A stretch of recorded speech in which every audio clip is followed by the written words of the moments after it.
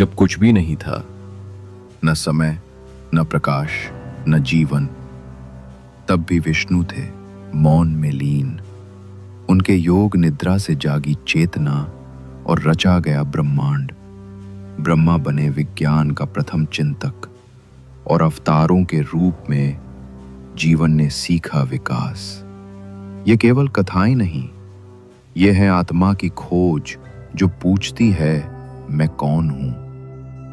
यही प्रश्न, यही यात्रा है सृष्टि का मूल रहस्य।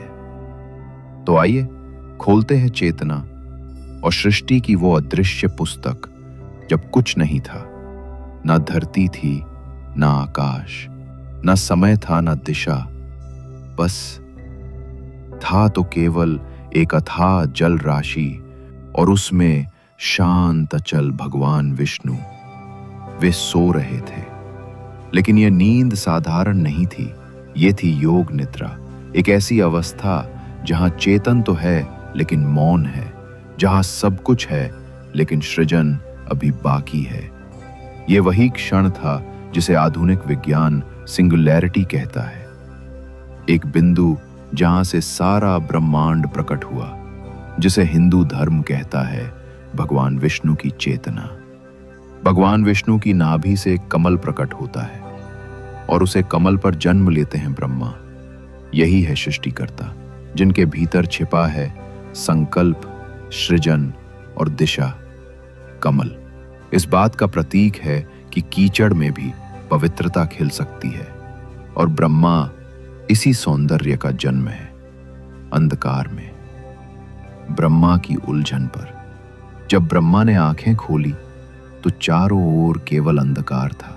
कोई दिशा नहीं, कोई ध्वनि नहीं थी, तो सिर्फ एक गहराई जिसमें वो खुद को भी नहीं पहचान सके। उन्होंने खुद से पूछा, मैं कौन हूं, कहां से आया हूं और क्या करूं? यही प्रश्न आज भी हर इंसान के मन में उठता है, मैं कौन हूं? ब्रह्मा की तपस्या उत्तर पाने के लिए ब्रह्मा ने ध्यान किया, तपस्या की भीतर की ओर मुड़े और वहीं उन्हें मिला ज्ञान, स्मृति और उद्देश्य। ध्यान से ही मिला सृष्टि का रहस्य। जैसे आज हम ध्यान करके अपने भीतर की शक्ति को जागृत करते हैं। राक्षसों की उत्पत्ति, लेकिन सृष्टि से पहले उत्पन्न हुए रुकावटें। ब्रह्मा के कानों से जन्मे दो राक्षस, मधु और किटाव, अज्ञान और अहंकार के प्रतीक हैं। ध्यान दें, कानों से जन्मे, क्योंकि जो बात हम सुनते हैं पर समझते नहीं, वही बनती है भ्रम और डर। आज भी संसार में यही हो रहा है। गलत जानकारी, अधकचरा ज्ञान और उत्पन्न होता है मानसिक राक्षस। विष्णु का जागरण राक्षसों ने उत्पात मचाया। ब्रह्मा घबरा गए, तब उन्होंने पुकारा भगवान विष्णु को, और अब विष्णु जी जागे। ध्यान टूटा और चेतना सक्रिय हो गई। यह जागरण वास्तव में जागरूकता का प्रतीक है। जब कोई संकट आता है तो हमारी चेतना भी जागती है। हम सोचते हैं, हम लड़ते हैं, हम समाधान ढूंढते हैं। राक्षसों से युद्ध, विष्णु जी ने उन राक्षसों से युद्ध किया। जल ही उनके क्षेत्र थे, जल ही बन गया उनका शमशान। यह जल क्या है? हमारा मन। राक्षस कहाँ रहते हैं? मन में। और जब चेतना जागे तो यही मन उनका अंत भी कर सकता है। निष्कर्ष, इस कहानी के पीछे छिपा है एक गहरा विज्ञान, एक गहरी सच्चाई। सृष्टि बाहर नहीं बनती, पहले भीतर बनती है। ध्यान से ही ज्ञान प्रकट होता है। अधूरा ज्ञान राक्षस बन सकता है और आत्मचेतना ही हर संकट से उबर सकती है। विष्णु का जागरण कोई चमत्कार नहीं, वह हमारे भीतर की शक्ति है, जो तब जागती है जब हम सच को पहचानते हैं। और अगली बार जब तुम खुद से पूछो मैं कौन हूँ, तो ब्रह्मा की तरह ध्यान करना क्योंकि उत्तर बाहर नहीं तुम्हारे भीतर ही मिलेगा। और जब अज्ञानता का अंधकार बढ़ जाए तो विष्णु को पुकारना मत भूलना, क्योंकि वह तुम्हारे भीतर ही सो रहे हैं, बस जगाना बाकी है। ओम नमो नारायणाय। उसे उस समय न कोई समय था, न दिशा, आकाश, न पाताल, न ध्वनि, न गति, न कोई अनुभव, सब कुछ शून्य था। परंतु वह शून्य भी एक दिव्य मौन था। वह नारायण की योग निद्रा थी। जल की अनंत और परम पुरुष विष्णु योग निद्रा में लीन थे। वे श्वास ले रहे थे, पर उनकी श्वास समय को जन्म नहीं दे रही थी। वे चेतना में लीन थे, परंतु क्रिया से रहित। तभी एक क्षण आया, जिसे क्षण कहना गलत है, क्योंकि उस समय समय भी नहीं जन्मा था। पर उस चेतना में इच्छा जागी, विष्णु की इच्छा। एको हम बहुश्यामी, मैं एक हूँ अनेक हो जाऊँ। और उसी क्षण हुआ ब्रह्मांड की विस्फोट, जिसे विज्ञान में बिग बैंग कहते हैं। यह विस्फोट केवल ऊर्जा का नहीं था, यह चेतना का विस्फोट था, जहाँ से समय, स्थान, दिशा, गुरुत्व, पदार्थ सब उत्पन्न हुए। करोड़ों वर्षों तक यह ऊर्जा व्याप्त रही। गैस के बादल बने, परमाणुओं का संयोग हुआ और उन बादलों से तारे जन्मे। कुछ जीवन के वाहक बने, कुछ भस्म हो गए, परंतु हर गति, हर विराम विष्णु की लीला का एक विस्तार था। ग्रहों की रचना हुई, उनमें से एक था नीला ग्रह पृथ्वी। यह कोई संयोग नहीं था, यह नारायण के ज्ञान का फल था। उन्होंने यह संभावना ब्रह्मा की चित्त में डाली और वही संकल्प धरती पर आकार ले रहा था। धरती तप रही थी, आग का गोला थी, फिर भी उल्काएं आईं दूसरे ग्रह से, आकाश से, जैसे कोई दिव्य वाहक। इन उल्काओं जल, अमोनिया, कार्बनिक यौगिक थे। जीवन के बीज विज्ञान कहता है भैंसमर या थुरी। सनातन कहता है नारायण ने बीज भेजे। धरती पर जल आया और जल में आया जीवन। एक कोश किए जीवन, अमीबा। जैसे भगवान विष्णु ने मत्स्य रूप लिया, वह केवल एक मछली नहीं थी, वह जल में चेतना का पहला अवतरण था। मत्स्य अवतार जल की रक्षा और जीवन के मार्गदर्शन हेतु समय बीता। जीवन सरल से जटिल हुआ, जल से बाहर निकलकर कीचड़ में रहने लगा। यही कुरमु कछुए का युग आरंभ हुआ। यह वही युग था जब जीवन जल और थल दोनों पर पनपने लगा। कुरमु अवतार केवल समुद्र मंथन का आधार नहीं, बल्कि उस युग का दर्पण था जहाँ जीवन में पहली बार धरती को छुआ। रहा अवतार और भूगोल का जन्म हुआ। धरती ठंडी हो गई थी, परंतु वह अभी भी अस्थिर थी। विष्णु ने वराह रूप लिया, सुअर के रूप में धरती को जल से बाहर निकाला। विज्ञान में इसे कहा गया टेक्टोनिक प्लेट्स का स्थिरीकरण। महाद्वीप बने, पर्वत उठे, जल और थल का संतुलन बना। ब्रह्मा की सृष्टि, डीएनए और चेतना, अब सृष्टि का विस्तार आरंभ हुआ। ब्रह्मा जी ने चेतना को स्वरूप दिया। डीएनए के रूप में हर जीव में सूचनाओं की श्रृंखला, जैसे किसी दिव्य कोडिंग की भाषा हो गई।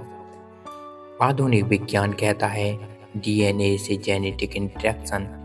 सनातन कहता है ब्रह्मा की रचना में हर जीव का स्वभाव निश्चित है। नरसिंह अवतार चेतना और रक्षा का संगम। जब मानव रूप धीरे धीरे विकसित हुआ, तो उसमें चेतना जागी, साथ ही जंगली वृत्ति भी बची रही। नरसिंह अवतार आधा सिंह आधा मानव दिखता था। दिखता है कि भगवान रक्षा के लिए किसी भी रूप में आ सकते हैं। यह युग मानव की आंतरिक द्वंद्व का प्रतीक है, जब भीतर से जानवर भी था और मानव भी। वामन अवतार बौद्धिक विकास और आत्मनियंत्रण। मानव ने सोचना शुरू किया, लेकिन शक्ति और अहंकार के बीच झूलता रहा। वामन अवतार एक बौना ब्राह्मण। भगवान ने केवल 3 पग भूमि मांगी और उसमें पूरी पृथ्वी, आकाश और पाताल नाप लिया। यह सिखाता है बौद्धिकता में ही असली शक्ति है। विनम्रता से भी संसार पर विजय संभव है। परशुराम अवतार अन्याय के विरुद्ध क्रोध। जब मानव सभ्यता में अन्याय, अधर्म और अत्याचार बढ़ा, तब भगवान ने परशुराम के रूप में जन्म लिया, एक तपस्वी योद्धा। यह अवतार सिखाता है धर्म की रक्षा के लिए कभी कभी तलवार उठानी पड़ती है।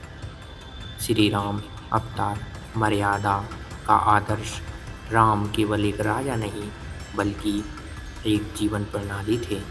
वह दिखाते हैं कि किसी भी शक्ति से बड़ा होता है धर्म। मर्यादा में रहकर जीने से जीवन सुंदर होता है।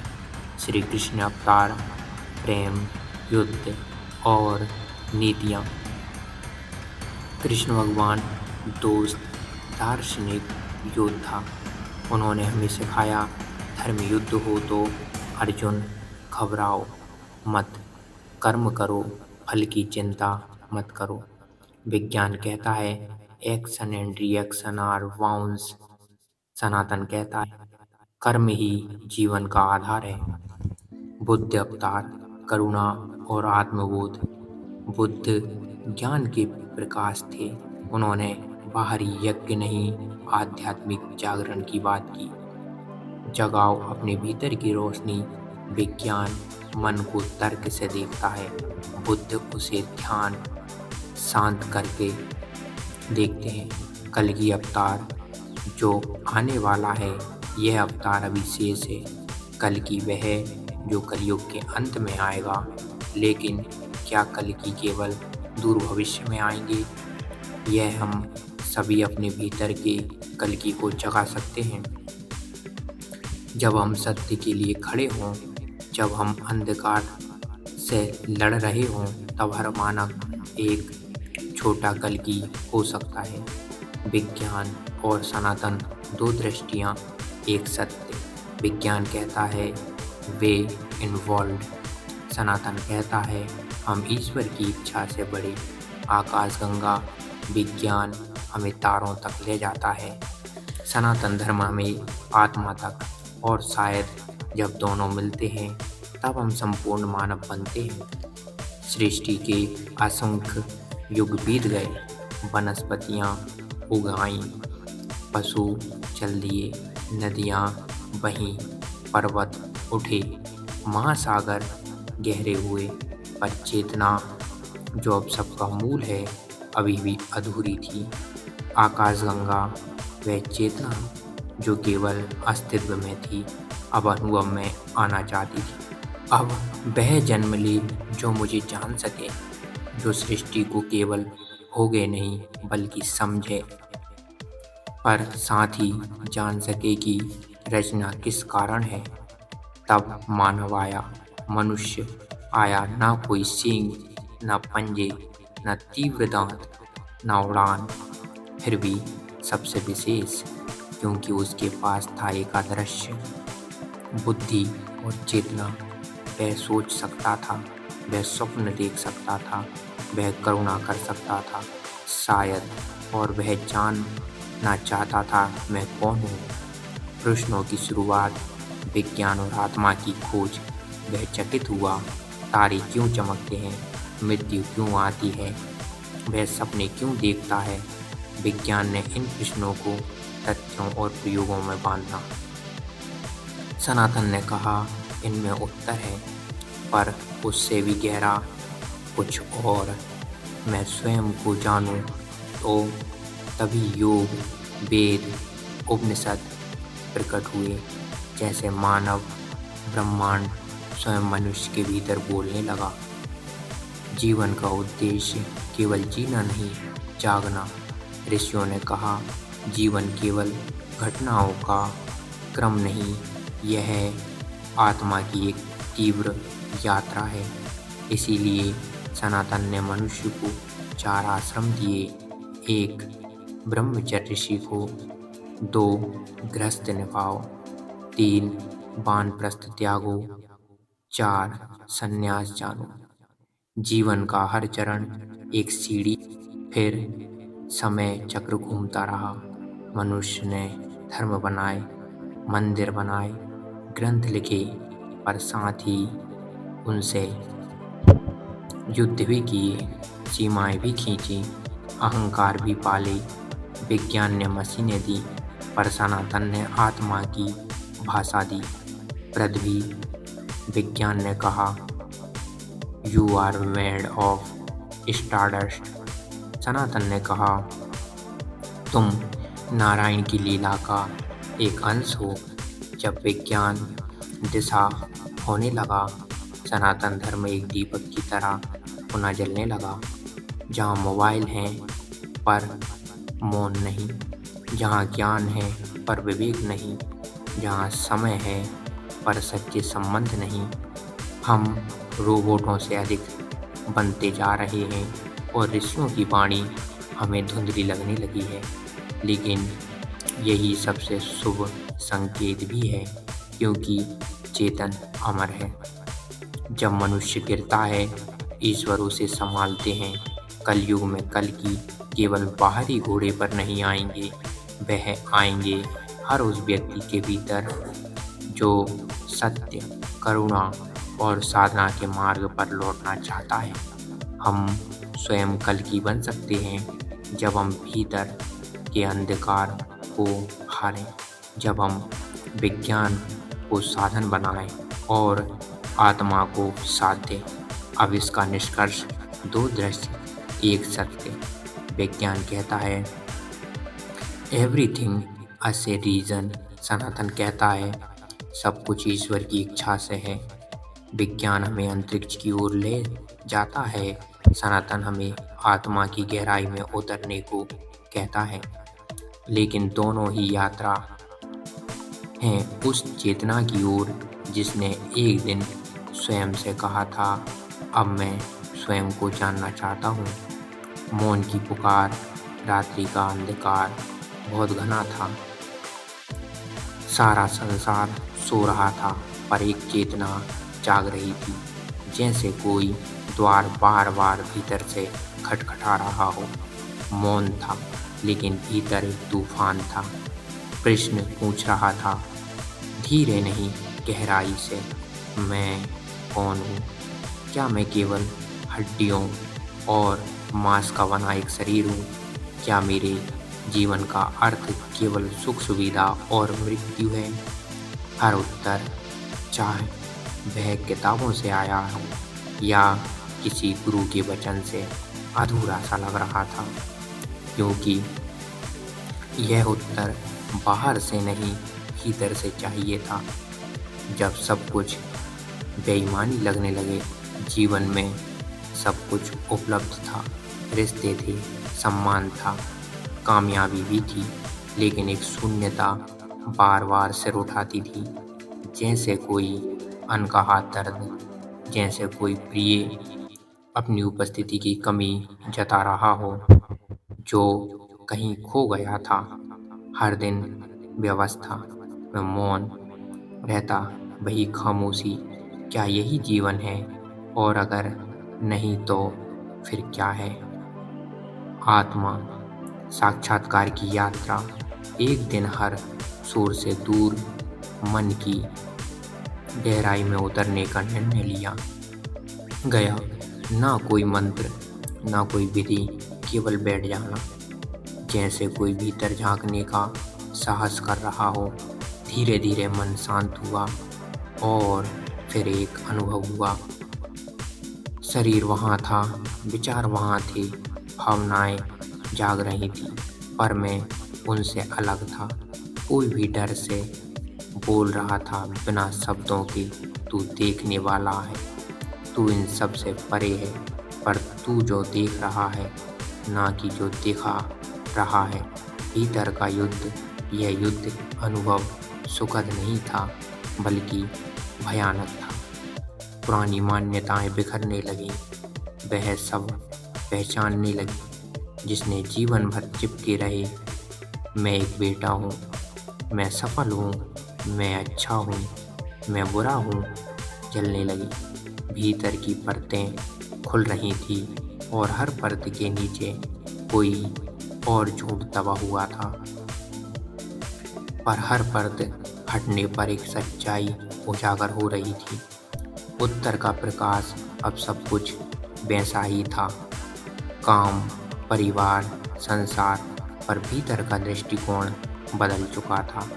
अब जीवन करना नहीं था, अब संबंध बढ़ने नहीं थे, निर्मल अनुभव करने थे। अब दुख आता था पर टिकता नहीं था।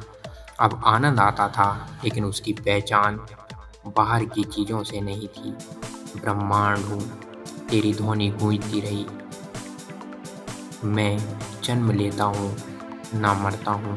सनातन का उत्तर, सनातन धर्म कोई मत नहीं, वह आत्मा की स्मृति, सनातन स्मृति है। वह बताता है तू यह शरीर नहीं है, तू मन नहीं है, तू आत्मा है, तू नित्य, शुद्ध, बुद्ध और मुक्त है। ईश्वर कहीं बाहर नहीं बैठे, वे तेरे भीतर विराजमान हैं। ईश्वर तुझे उठाते हैं क्योंकि तेरी चेतना अमर है। तू भूल सकता है पर वे तुझे नहीं भूल सकते। निष्कर्ष, चेतना की वापसी जो यह पूछता है मैं कौन हूँ, वह साधन नहीं, वह जागृत आत्मा है। उसने दरवाज़ा खटखटा दिया है, यह यात्रा चेतना की है। वापस जो यह पूछता है मैं कौन हूँ, वह साधन नहीं, वह जागृत आत्मा है। उसने दरवाज़ा खटखटा दिया है। यह यात्रा कठिन है, लेकिन सबसे सच्ची है। यह उत्तर बाहर नहीं, भीतर है, और जब भीतर उत्तर आता है, सारा जीवन उत्तर बन जाता है। परंतु वही है जिसे तू खोज रहा है, और ईश्वर वही है जो तुझे इस खोज में साथ चल रहा है। जब मनुष्य गिरता है, ईश्वर उसे संभालता है, क्योंकि चेतना कभी नहीं मरती। हर बार जब तू मौन में बैठता है, एक नई सुबह तेरे भीतर जन्म लेती है। अब इस कहानी को ध्यान से पढ़िए।